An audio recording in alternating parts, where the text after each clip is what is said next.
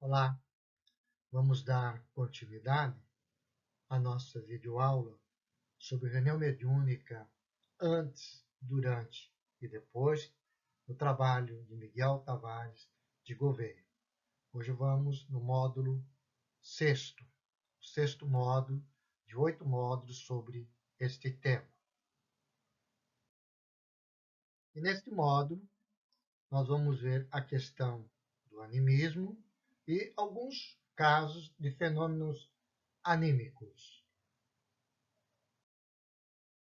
A questão do animismo, dentro da doutrina espírita, nós podemos encontrar muitas obras de estudo profundo a respeito do assunto, tratado por Kardec em diversas obras, no Livro dos Espíritos, Livro dos Médiuns, na Revista Espírita, não com a palavra animismo, mas no sentido daquilo que trata o animismo dentro da doutrina espírita. Nós temos um livro muito interessante, A Evolução Anímica, A Evolução da Alma, Animismo no Espiritismo, de Ernesto Bozano, Animismo e Espiritismo, de Alexandre Aksakov, foi o que trouxe a palavra para o movimento espírita no sentido no qual nós a utilizamos hoje, e outras obras, Espírito e André Luiz, Mecanismo da Mediunidade. Nós vamos ver que esta palavra animismo vamos encontrar em algumas obras no período de 1700. Georg Ernst Stahl foi um metalúrgico alemão, químico, médico, do qual utilizou a palavra animismo, foi empregada por ele, que considerava a alma, quer dizer, a ânima, como um princípio vital. No sentido, a palavra está sendo empregada nestas obras de Stahl como fosse um princípio vital do ser.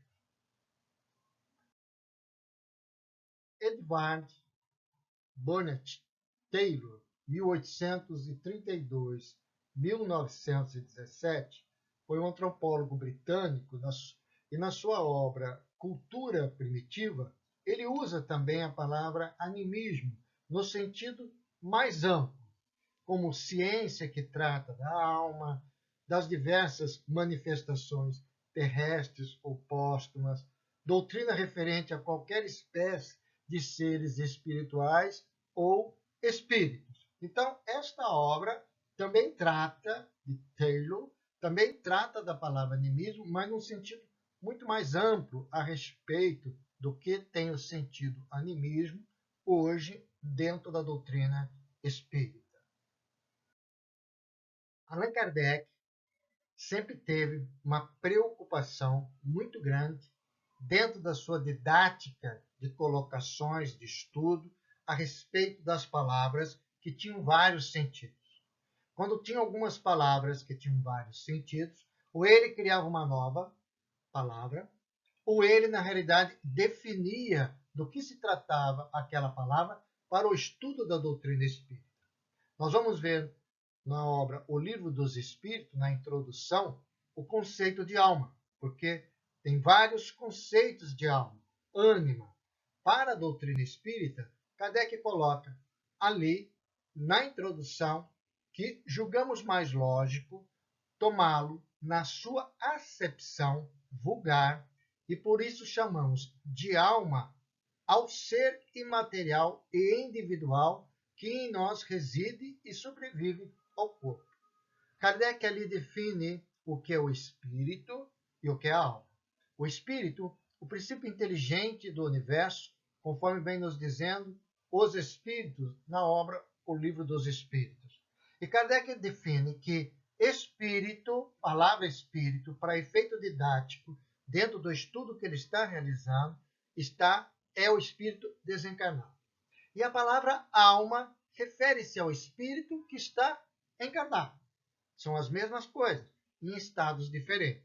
Então, uma preocupação que Kardec teve na sua obra, na codificação, de colocar o sentido da palavra que se referia àquele estudo. Então, a alma é o ser imaterial individual, é o princípio inteligente do universo, mas só que está no estado encarnado, no estado está encarnado.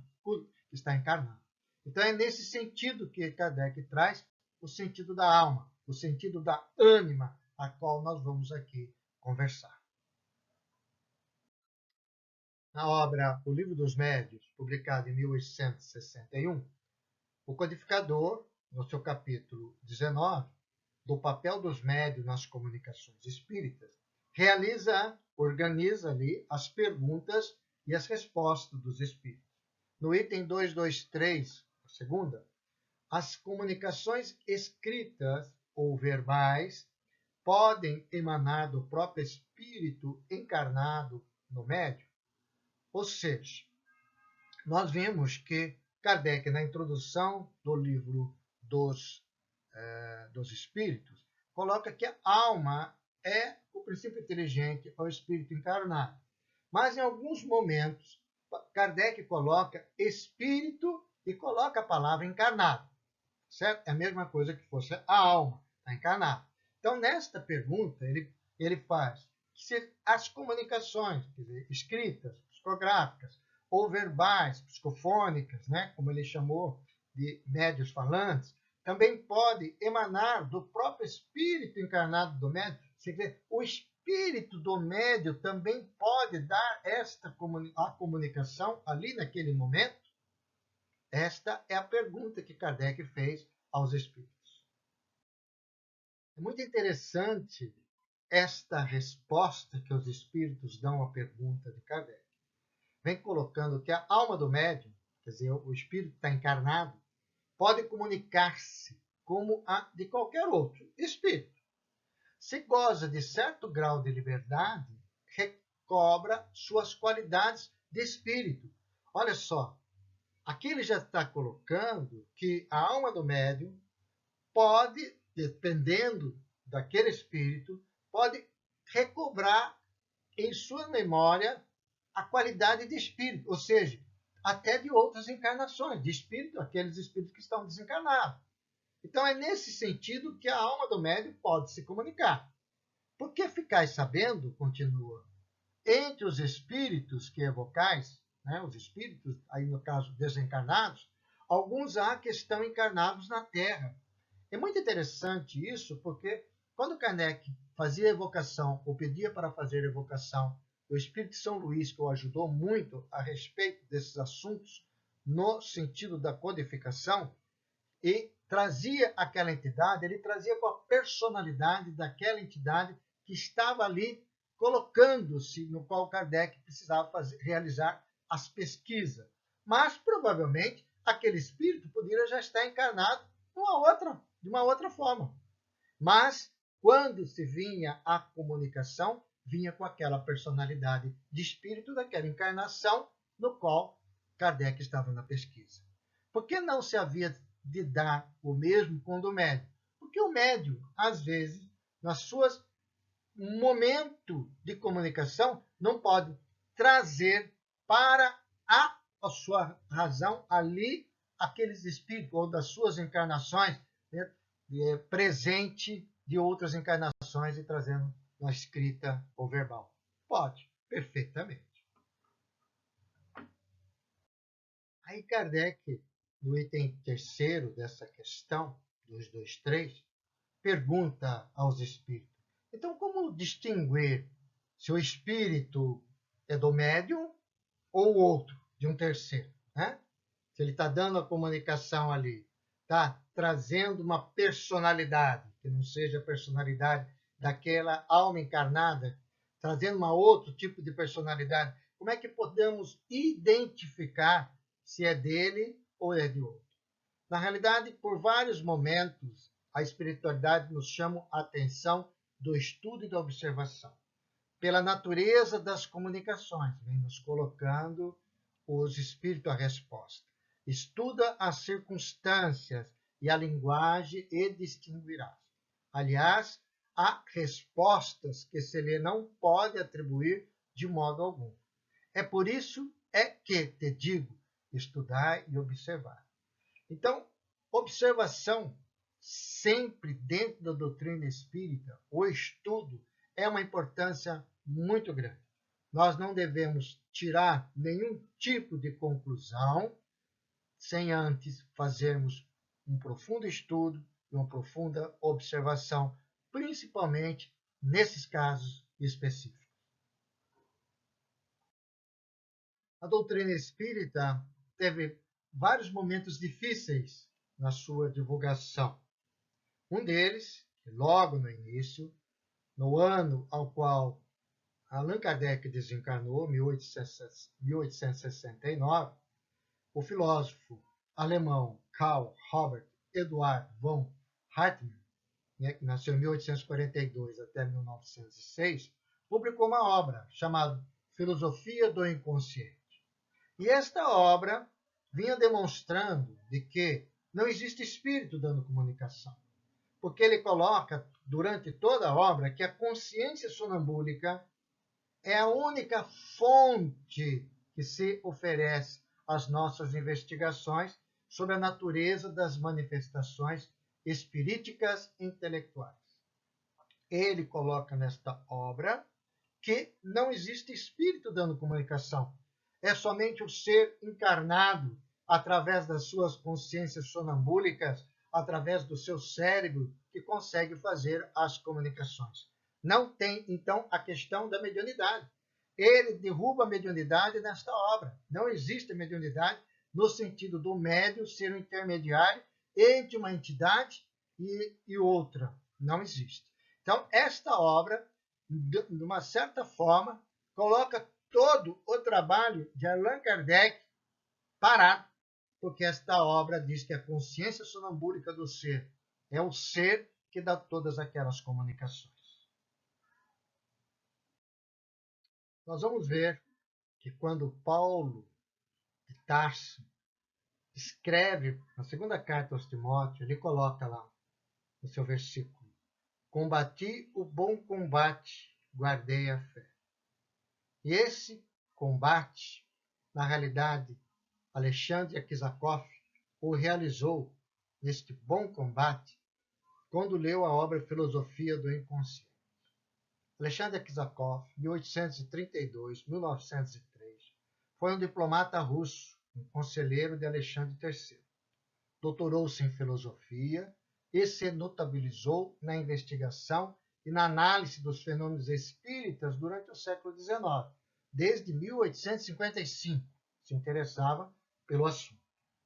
E, lendo a obra Filosofia do Inconsciente, e vendo os perigos que ali tinham dentro desta obra, no sentido de que se colocava na obra de que não tinha mediunidade, era o próprio ser que dava as comunicações, ele, nas suas pesquisas que já tinham sido realizadas ao longo do seu tempo, lançou a obra Animismo e Espiritismo, obra escrita com o intuito de preservar a doutrina dos ataques sérios e resposta ao livro e trabalho de von Hartmann, que era Filosofia do Inconsciente. 90% da obra Animismo e Espiritismo comprovando a mediunidade. Esta obra é publicada pela FEB, está à disposição de estudo. Muito interessante esta obra, que nós vamos ter em mãos este estudo que este espírito realizou, Alexandre Akizakov, no combate da obra Filosofia do Inconsciente. É uma obra de importância dentro do movimento espírita, porque o movimento espírita, naquele momento, estava, digamos assim, abalado pela obra Filosofia do Inconsciente. E Alexandre Akizakov, através de sua obra, consegue demonstrar que 90% é mediunidade, sua obra toda. 90% da obra comprovando a questão da mediunidade. É nesta obra de Alexandre Akizakov que nós vamos ver que ele escreve: a palavra alma, ânima, com o sentido que tem geralmente no Espiritismo, justifica plenamente o emprego da palavra animismo. Quer dizer, a alma, o ser que está encarnado, tem os seus fenômenos também, conforme ele vem nos colocando na obra. Nós teríamos nos fenômenos anímicos manifestações da alma. É ele, Alexandre Akizakov, que coloca a palavra animismo, manifestações da alma, como se fosse animismo. Então é nesta obra uma importância muito grande para o movimento espírita, para nós, no qual ele vem colocando esta palavra, animismo, como manifestação da alma.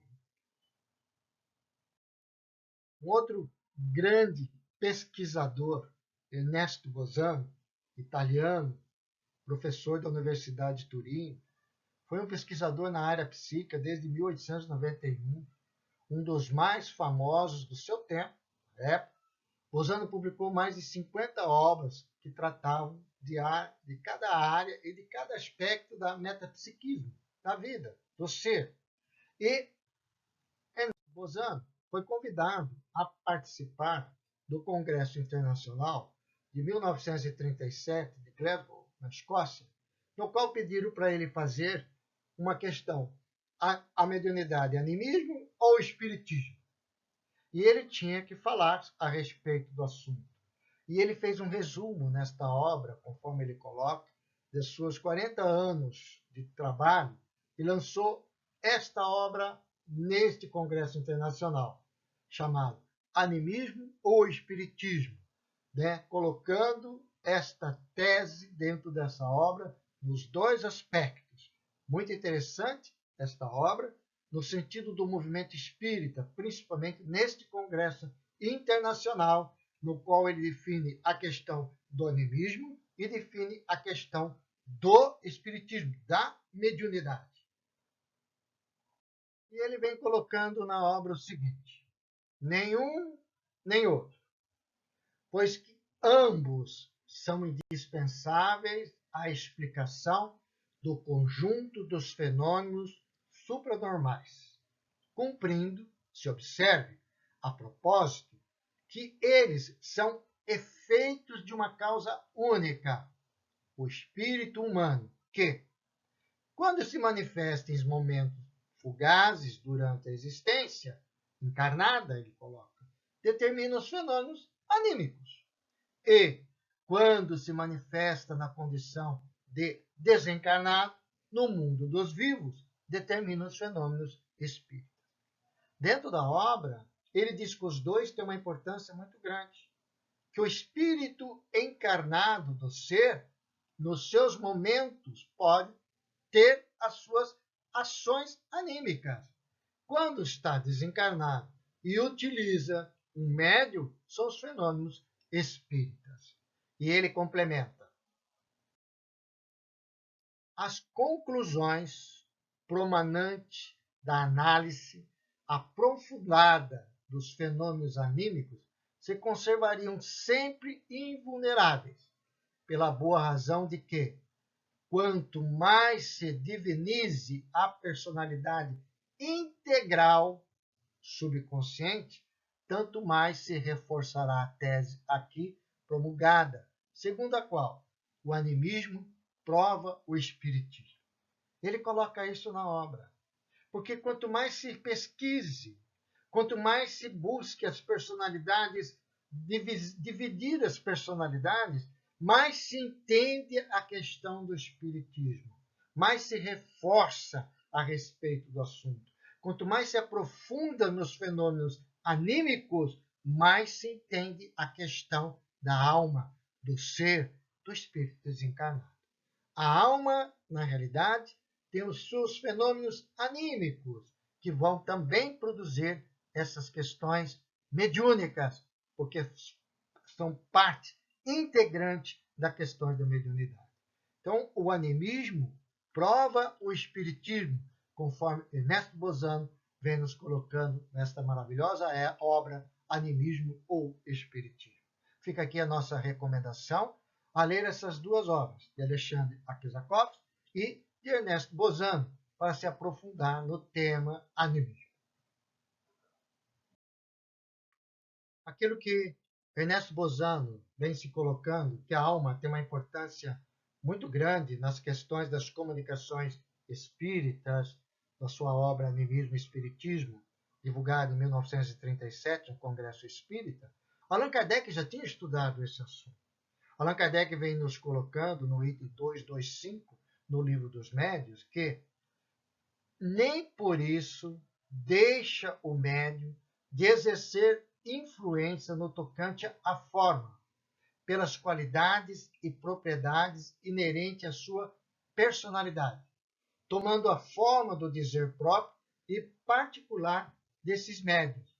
Allan Kardec vem nos colocando, os espíritos vêm nos colocando, e Allan Kardec codifica na obra O Livro dos Médiuns, que existe aquilo que ele colocou, o colorido do médium nas comunicações, que existe a forma anímica do médium nas comunicações, dá o tocante à forma, coloca-se a personalidade, toma-se uma forma própria do próprio médium às comunicações.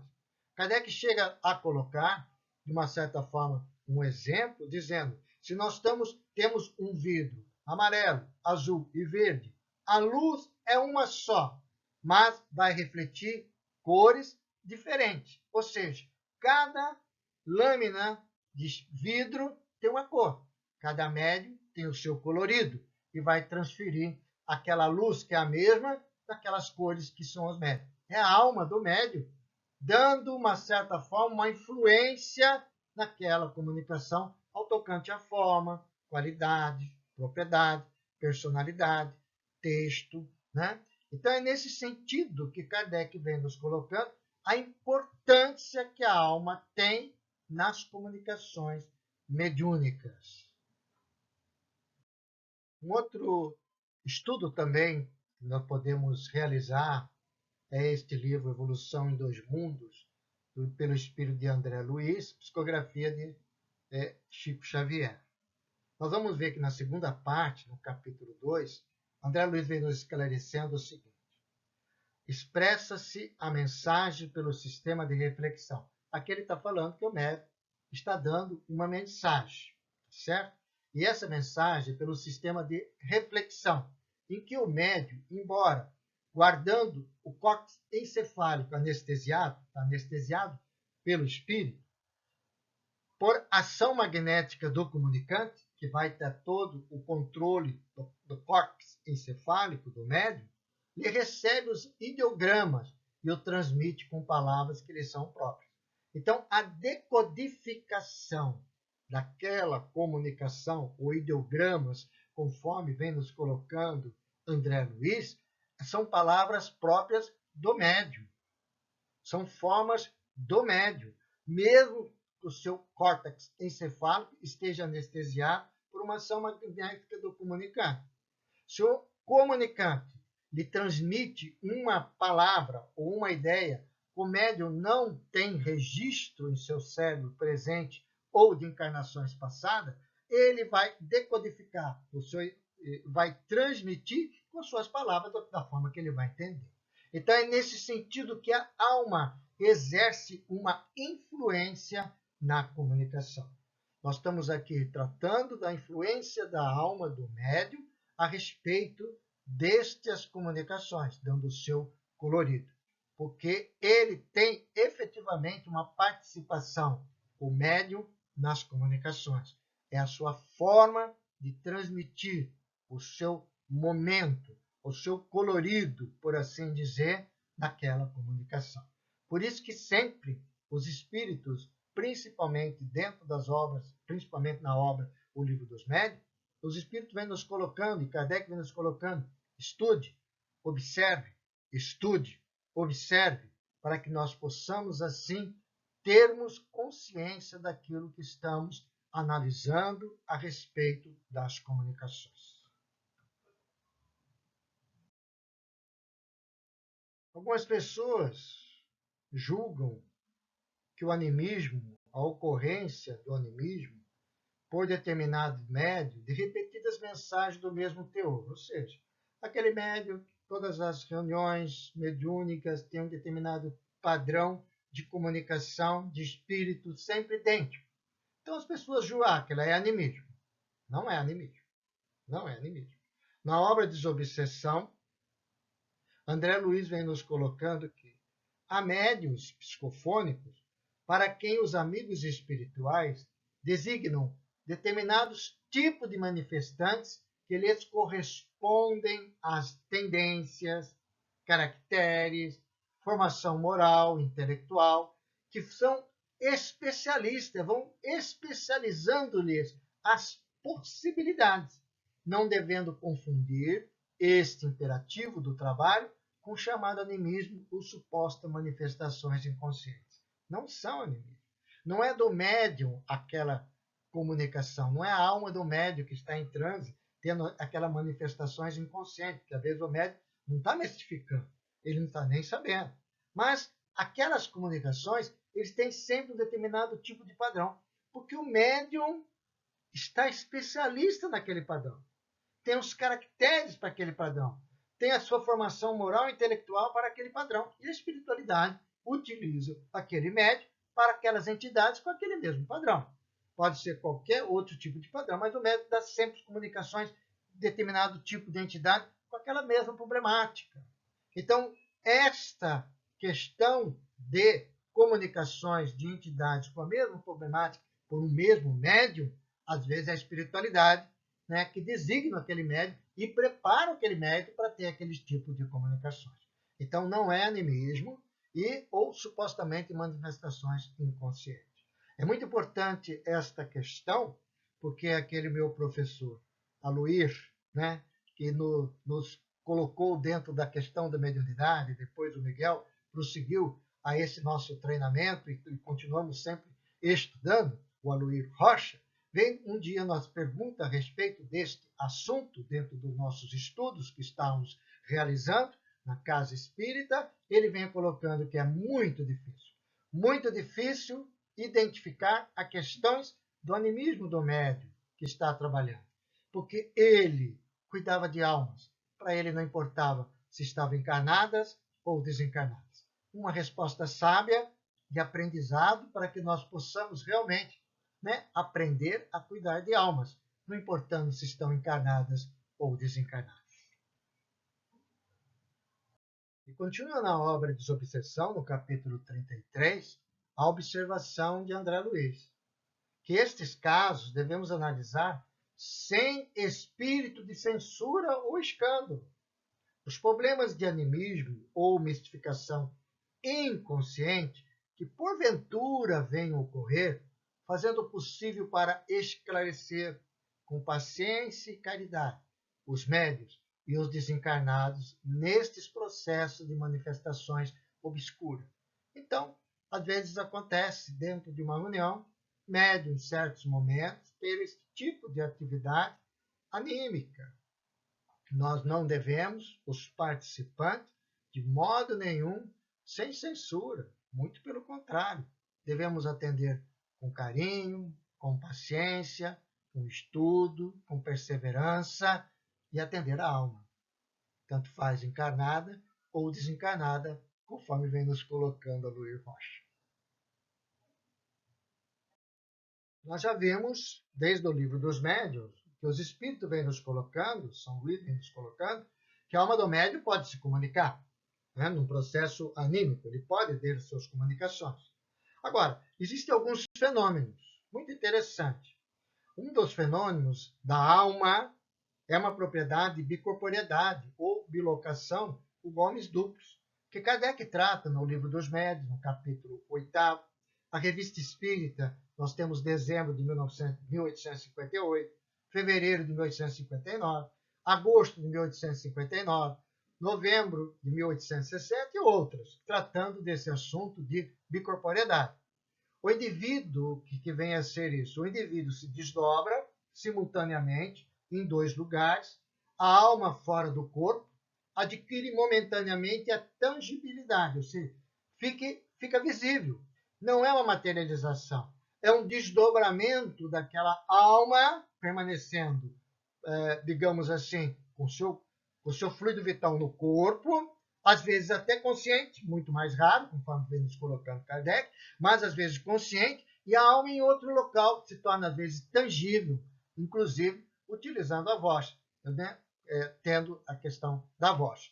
Então, esta é uma propriedade da alma, é um fenômeno anímico da alma. Nós temos vários exemplos. Trouxemos aqui o Antônio de Pádua, Eurípides Barçanufo, no nosso Brasil, na nossa época, que tem relatos a respeito que eles tinham esta propriedade, né, onde eles conseguiam, toda alma tem essa propriedade, mas que eles conseguiam realizar esses fenômenos anímicos de bicorporeidade.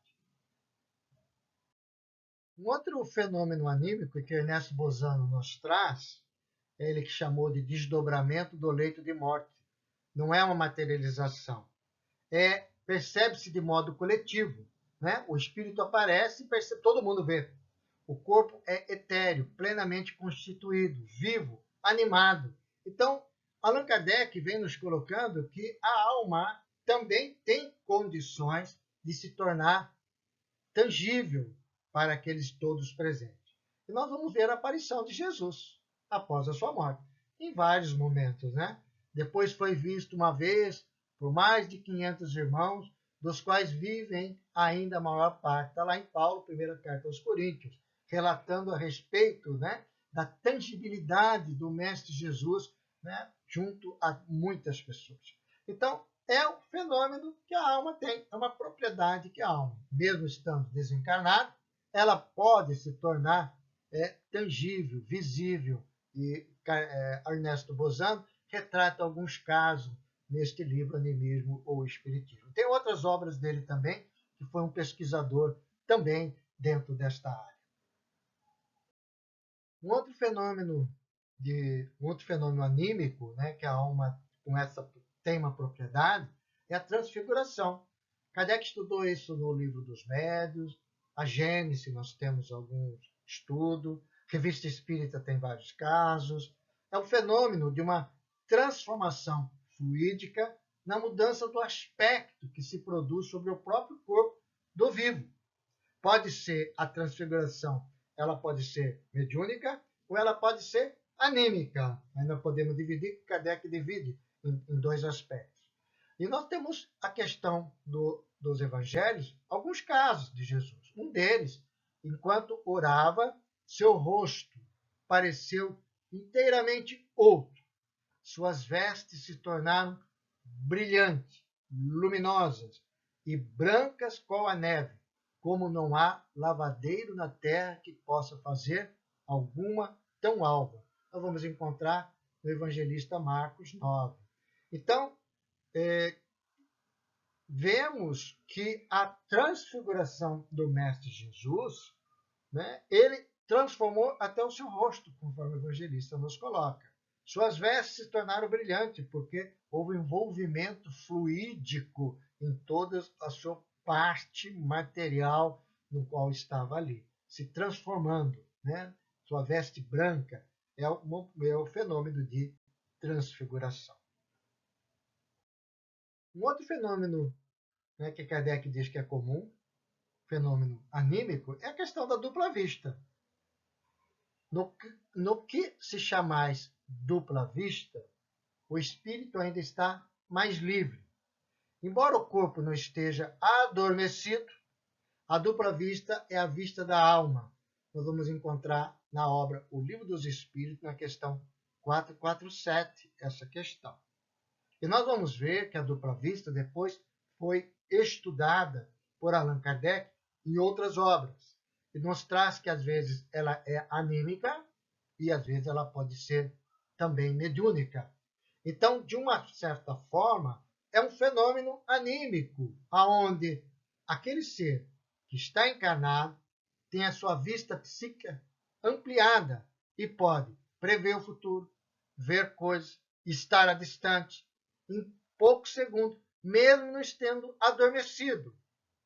E nós vamos ver dentro do Evangelho alguns outros casos também, mas um deles, a entrada de Jesus em Jerusalém.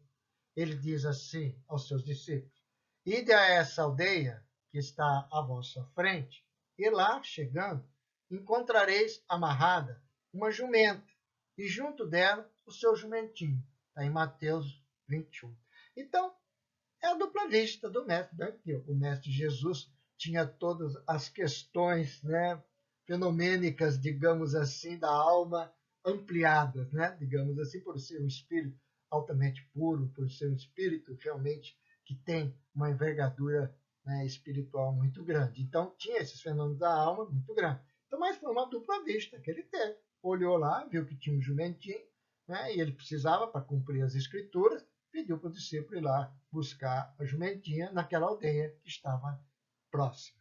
Então, são fenômenos que a alma produz, que nós temos aí dentro do próprio Evangelho, dos Evangelhos do Antigo Testamento, nós chamamos de Antigo Testamento, a Bíblia, por assim dizer, nos livros, muitos casos a respeito dos assuntos, muitos fenômenos também retratam-se, os evangelistas retratam no Novo Testamento, digamos assim, do momento de Mateus, o evangelista Mateus, o evangelista Marcos, o evangelista Lucas, né, e João retratam estes assuntos, são fenômenos anímicos que a alma produz. A alma produz no corpo, quando está encarnada, né, o espírito encarnado, vão produzindo estes fenômenos.